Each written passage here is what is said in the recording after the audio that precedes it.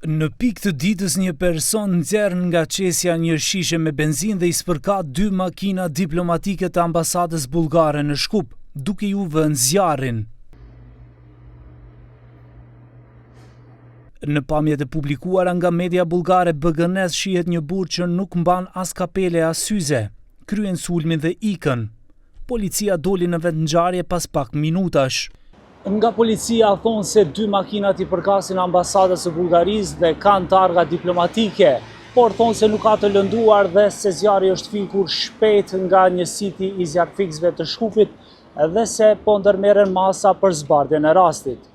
Nga Ministria e Brendshme thonë se në orën 12:13 policia mori njoftimin se në rrugën Zlatko Schneider përpara ambasadës së Bullgarisë ka shpërthyer një zjarr në 2 automjete pasaxheresh të tipit Kia dhe tjetri të tipit Suzuki. Akoma nuk dihen motivet e kësaj zjarrvënie të qëllimshme.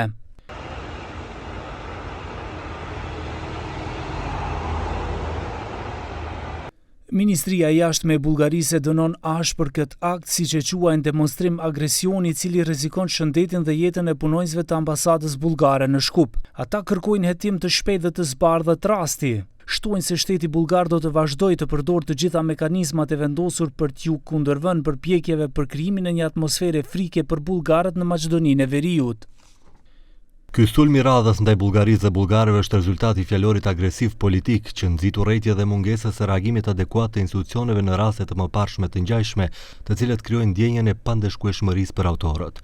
Kujtojmë se pas djegjes së fundit në Republikën e Maqedonisë së Veriut ndaj klubit kulturor bullgar në qytetin e Manastirit, në vend që të merrte ndëshkim adekuat, zjarrvënësi u heroizua dhe u përfshi në një fushat politike zgjedhore.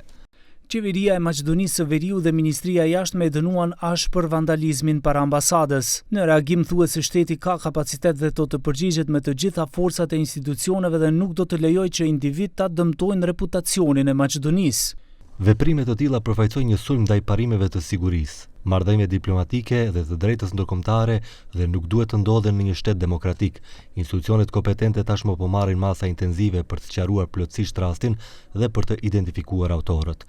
Si qeveri duam të dërgojmë një mesazh të qartë se çdo përpjekje për të shkaktuar tension, për të përhapur urrëtie ose për të prishur sigurinë do të sanksionohet në masën maksimale.